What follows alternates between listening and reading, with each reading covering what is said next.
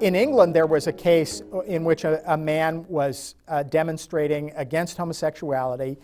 He had a sign, I believe it said, "Stop immorality, stop homosexuality, stop lesbianism."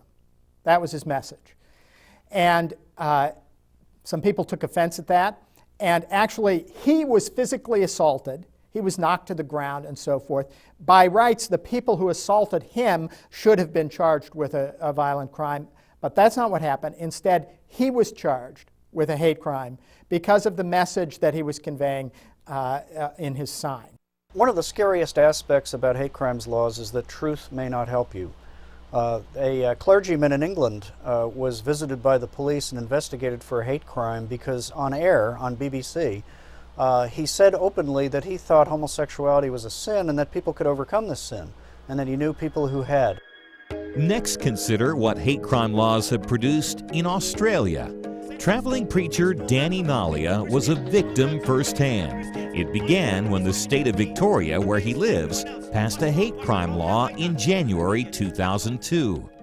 And in the month of March 2002, we had a seminar on request by the Christian community after September 11, asking us, can you teach us some things about Islam?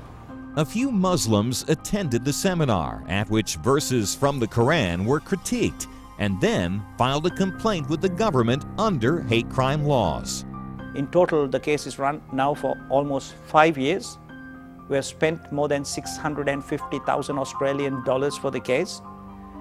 And the tribunal judge found myself and my other guy, Daniel Scott, both guilty and said that we needed to apologize, pay $67,500 for newspaper advertisements, and not to be involved in conduct such as that in future. I said, I will take the jail. I will not apologize and compromise speaking about Jesus. So we were very close to going to prison.